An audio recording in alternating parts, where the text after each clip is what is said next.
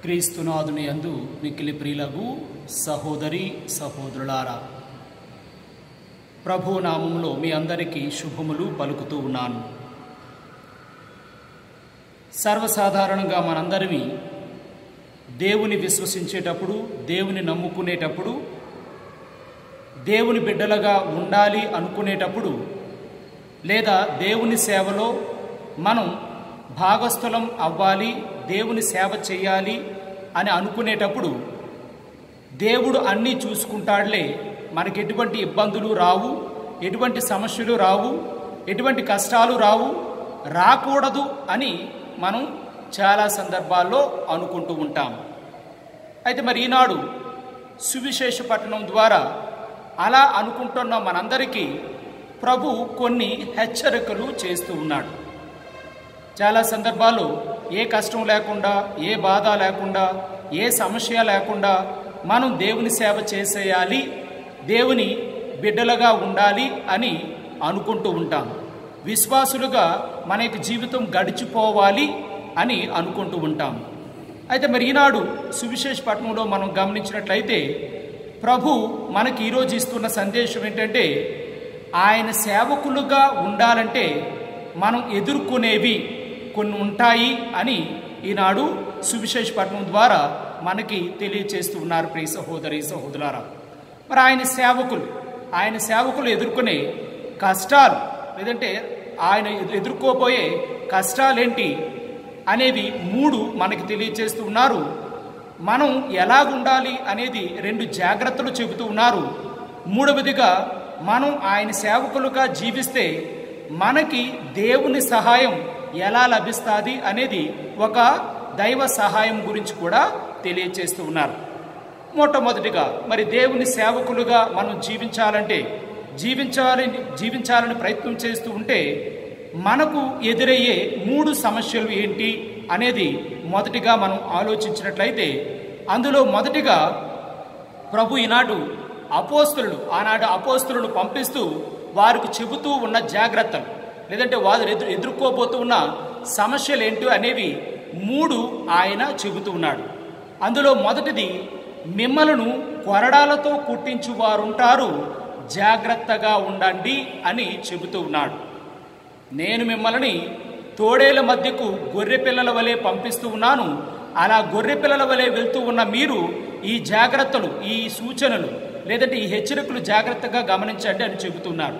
అందులో మొదటిది ఏంటంటే, మిమ్మలను కొరడాలతో కొట్టించేవారు, అంటే మిమ్మలను శిక్షకు గురి చేసేవారు ఉంటారు.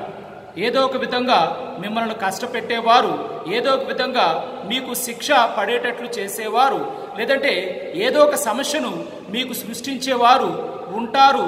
మీరు జాగ్రత్తగా ఉండండి అని చెబుతూ ఉన్నారు. ప్రియ సహోదరి సహోదరులారా, ఇక 2వదిగా మిమ్మల్ని అప్పగించేవారు ఉంటారు, జాగ్రత్త అని చెబుతూ ఉన్నారు. అప్పగించేవారు అంటే మనం కొన్ని సందర్భాల్లో విశ్వాస జీవితాన్ని జీవిస్తూ ఉన్నప్పుడు మనమంటే గిట్టని వారు కొంతమంది మన మీద లేనిపోని అపవాదులు మోపడం, లేదంటే లేనిపోని సమస్యలు అనేవి మనకి సృష్టిస్తూ మనలను ఇతరుల చేతుల్లోకి అప్పగించేవారు ఉంటారు అని చెబుతూ ఉన్నారు. ఆనాడు అపోస్తలులను ఎవరికి అప్పగిస్తారని చెబుతూ ఉన్నారంటే, ఆనాడు ధర్మశాస్త్ర బోధకులకి, పరిసయ్యులకి, వారి యొక్క ధర్మాసనానికి వీరిని అప్పగిస్తారు అని చెబుతూ ఉన్నారు. అలాగే ప్రియ సహోదరి సహోదరులారా, మనం క్రైస్తవులుగా జీవిస్తూ ఉండగా మనల్ని మోసము చేస్తూ, లేదంటే కొన్ని సందర్భాల్లో మనల్ని అన్యాయకరమైన పరిస్థితుల్లోకి మనకి నెట్టేవారు, లేదంటే మనల్ని అన్యాయంగా మోసం చేసేవారు, మోసానికి అప్పగించేవారు ఉంటారు. కాబట్టి జాగ్రత్తగా ఉండండి అని చెబుతూ ఉన్నారు. ఇక 3వ హెచ్చరిక మనం గమనించినట్లయితే, ప్రియ సహోదరి సహోదరులారా, నా నిమిత్తము మిమ్మును అందరూ ద్వేషిస్తారు అని చెబుతూ ఉన్నారు. ఎందుకంటే క్రీస్తు నిమిత్తము, క్రీస్తు అనుచరులను ఎందుకు ద్వేషిస్తారు అనేది మనం ఆలోచించినట్లయితే, ప్రియ సహోదరి సహోదరులారా, క్రీస్తు మనకు నేర్పిస్తూ ఉన్న సత్యం అనేది, క్రీస్తు మనకు నేర్పిస్తూ ఉన్న విలువలు అనేవి లోక విలువలకి చాలా భిన్నంగా ఉంటాయి, చాలా వ్యతిరేకంగా ఉంటాయి. కాబట్టి అటువంటి సందర్భంలో ప్రియ సహోదరి సహోదరులారా, మనం గనక ఈ లోక సూత్రాలకి, ఈ లోక విలువలకి మనం వ్యతిరేకంగా జీవిస్తున్నట్లయితే మనం వ్యతిరేకులుగా భావిస్తారు. కానీ భిన్నమైన లేదంటే మెరుగైన విలువలు కలిగిన వారుగా మనలను గుర్తించని ప్రజలు ఉంటారు. కాబట్టి అలా గుర్తించిన ప్రజలు ఉండేటప్పుడు వాళ్ళు ఏం చేస్తారు అంటే మిమ్మలను ద్వేషిస్తారు అని చెబుతూ ఉన్నారు ప్రియ సహోదరి సహోదరులారా.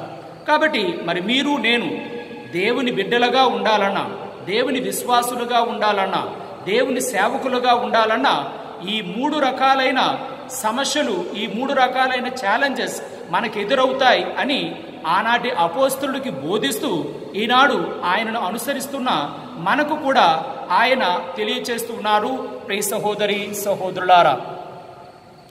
ఇక రెండవదిగా మనం గమనించినట్లయితే 2 రకాలైన జాగ్రత్తలు మనకి తెలియచేస్తూ ఉన్నారు.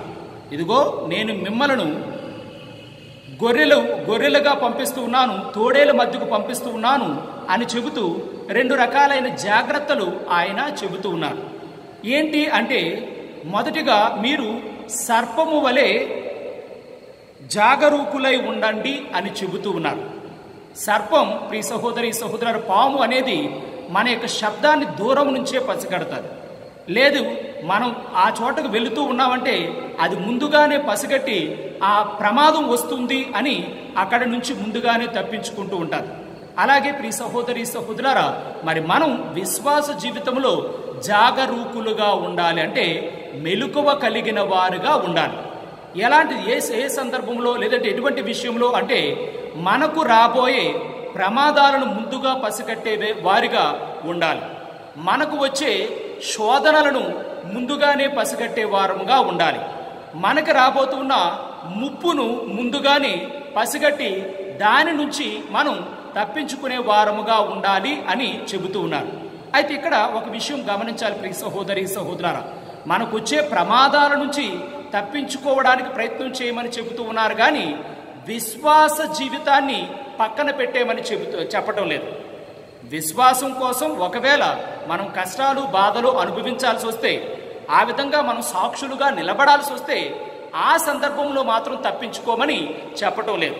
అంటే నీ విశ్వాస జీవితం దృఢంగా ఉంటూనే ఒకవేళ అనవసరమైన ప్రమాదాలు నీకు వస్తూ ఉన్నట్లయితే, అనవసరమైన ముప్పు నీకు వస్తూ ఉన్నట్లయితే దాని నుంచి జాగ్రత్త పడమని చెబుతూ ఉన్నారు. కానీ నీవు విశ్వాసిగా సాక్షిగా నిలబడాల్సిన సమయం, నీవు విశ్వాసిగా నిలబడాల్సిన సమయం వచ్చినట్లయితే దాని నుంచి తప్పించుకోమని చెప్పటం లేదు. కాబట్టి ప్రియ సహోదరి సహోదరులారా, ఇక్కడ సర్పము వలె జాగరూకులై ఉండాలి అంటే అనవసరమైన ప్రమాదాలకు, అనవసరమైన తప్పిదాలకు తావివ్వకుండా మీరు జాగ్రత్త పడండి అని ప్రభువు చెబుతూ ఉన్నాడు. ఇక రెండవ జాగ్రత్త ఏంటంటే మీరు పావురము వలె నిష్కపటులై ఉండండి అని చెబుతూ ఉన్నారు.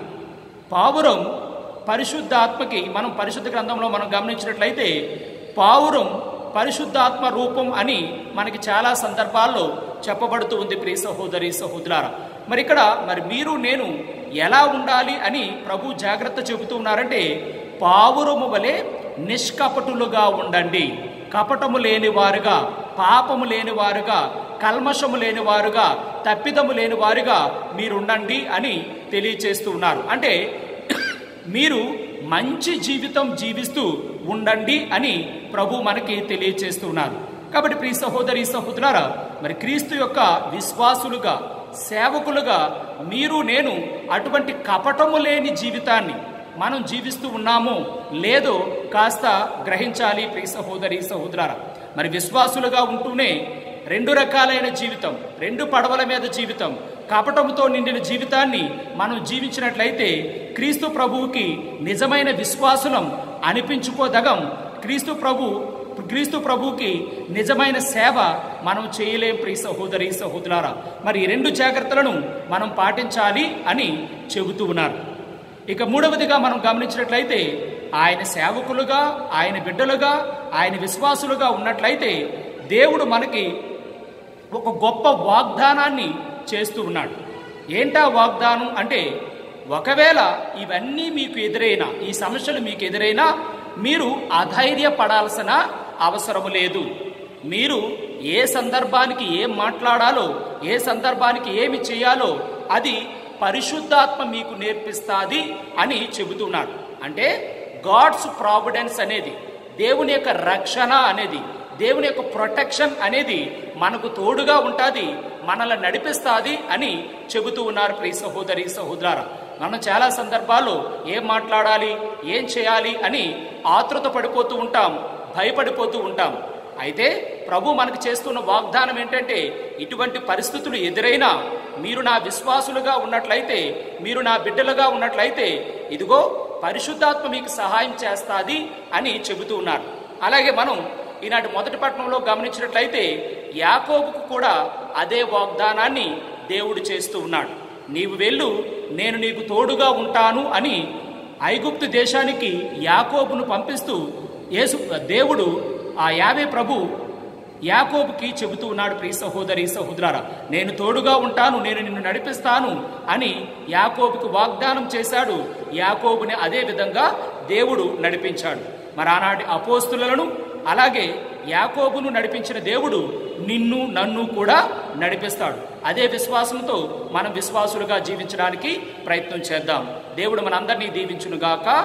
ఆమేన్.